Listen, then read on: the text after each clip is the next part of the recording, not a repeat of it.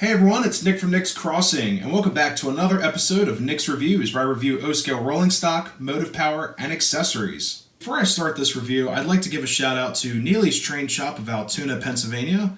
All their information will be posted in the description of this video, but I purchased this locomotive and two new old stock cars that you guys will be seeing later in this review from them.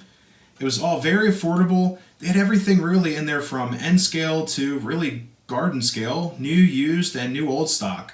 Such a great time, really friendly staff, and awesome prices. So definitely check them out. So today on the tracks we have a beautiful GP9 with the Norfolk Southern road name, and also underneath the number board 1457 it says N&W, Norfolk Western, which is the predecessor of the Norfolk Southern. It's basically a merge with Norfolk Western, Southern Railroad, and many other great railroads across our nation.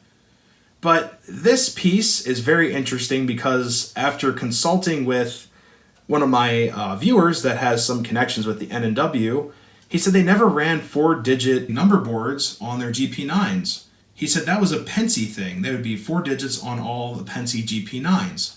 So that sparked me into doing some research. So I then looked up Norfolk Southern 1457. So I found a GP15-1, and it was in the Conrail paint scheme last, so that wasn't it. Then after that I looked up Lionel 1457. It came up with an ATSF NW2 switcher, one of the classic post-war pieces. And then I looked up 1457 GP9 on Google, and it found a Williams 1459 dummy unit on eBay. And then I decided to do some more digging. Now this is an MPC era Lionel, and I was looking at some of the interesting things on here, such as the basically your railing, the catwalk railing on here. It was a tubular rail instead of the stamped steel rails, just like you have on the front of this locomotive. So after that I looked up Lionel GP7 Pennsylvania Railroad, and it came up with an 8357 GP9. That actually had the same style tubular handrails, but it would have had like a Z style zigzag from the cab window or the cab door. Same with the other side over there. So after that I basically just told myself, okay, someone made a fantasy GP9 from an old MPC shell, which is really, really cool. And honestly, you can kind of see some of the paint bleed from whatever airbrushing they did with a stencil or masking work. Same with the front here, there's a little bit of overbleed, but definitely in here you can see it. On top of the cab, you can also kind of see some spotting from whatever spray paint or air sprayer they used. But it looks like they did a great job with this, and they probably took out the horn because there's very little paint evidence on there as well. Before I purchased this engine, I actually lifted it up and I found out that it was a dummy unit.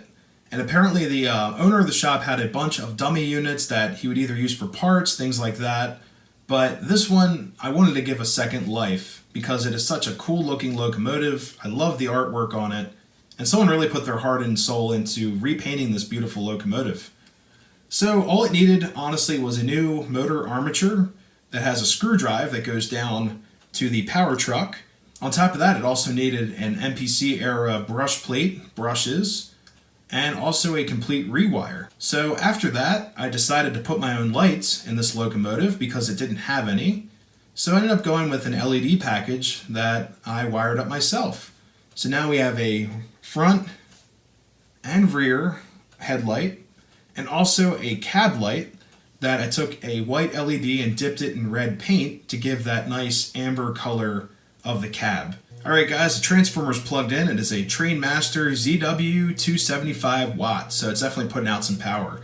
I will warn you guys, the E unit is kind of loud because it is an older replacement part, but I will eventually put an electronic E unit in here if I go with the rail sounds. But if I go with the rail sounds, you may never even hear the buzzing and things like that. So here we go. Here's the forward, reverse. Alright, so the engine is now locked into neutral, so you guys can see the lights on here. It actually lights up the number boards as well. I glued in the LEDs with hot glue, so it shines through there. Also, there's the amber cab light.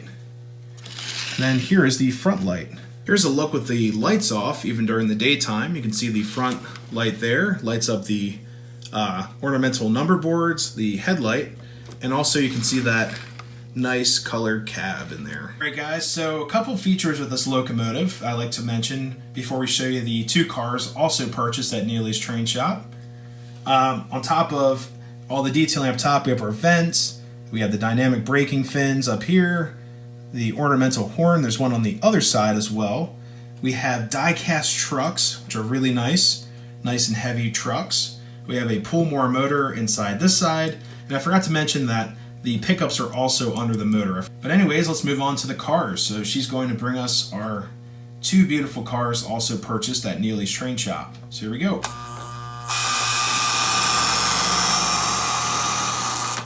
All right, here's the first car. It's actually my first Conrail purchased car, and this is a refrigerator car. You guys can see that here. It's kind of broken up. It says refrigerator. It's kind of funny how they wrote that out there. But you can see it's Conrail right here. Got that traditional Conrail logo, Conrail quality.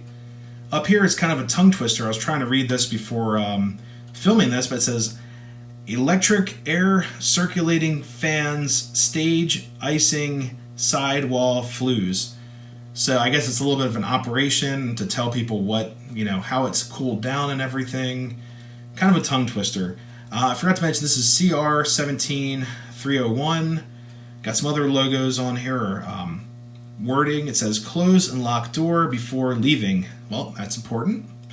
Capacity, load limit, weight, and we also have all these different things, cubic footage, and more importantly, the build date. This says built 1/1987, so January 1987.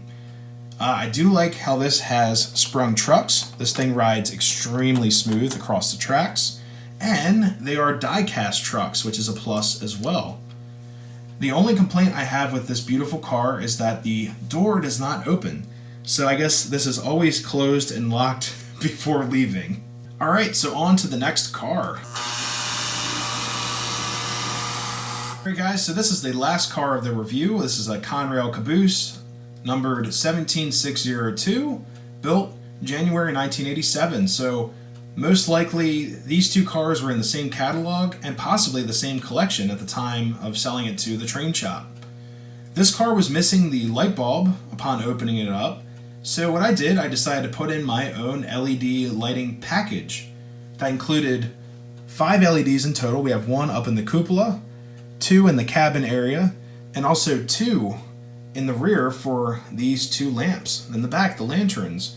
Wanted to eliminate those as much as possible, so when I run the layout in the dark, you can see all the really cool lights illuminated. But anyways, this Caboose is loaded with other features and details. First, we have die-cast trucks. They're not sprung, but they are die-cast. Up top, we have this beautiful walking board up here, grab irons on the cupola, a smokestack for the stove. We have grab irons on the side that are molded in the shell. In the rear, we have a brake wheel molded into this grab iron back here. There are doors on each side. We also have running stairs down to the tracks. And on top of that, we have metal ladders that connect from the base up to the top of the shell. And here's the Caboose with all the lights off up here during the daytime. Check that out. I mean, it's beautiful.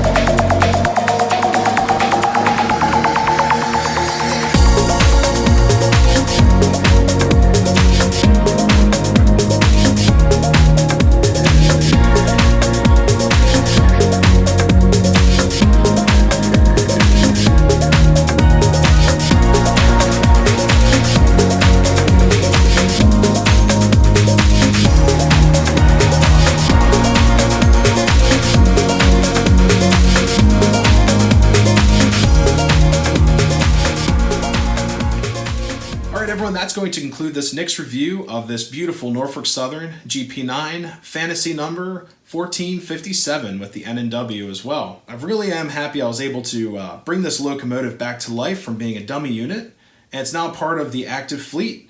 And surprisingly enough, it runs so smooth up on the top layer, I might just leave it up there and hook up different cars to her. Has a really good track record up there. It doesn't derail over the switches or anything like that. But anyways, if you guys are new to the channel, please consider subscribing, and also make sure to give the video a like and a comment. It really helps us out here on the channel. Until next time, everyone, happy railroading. See you next time.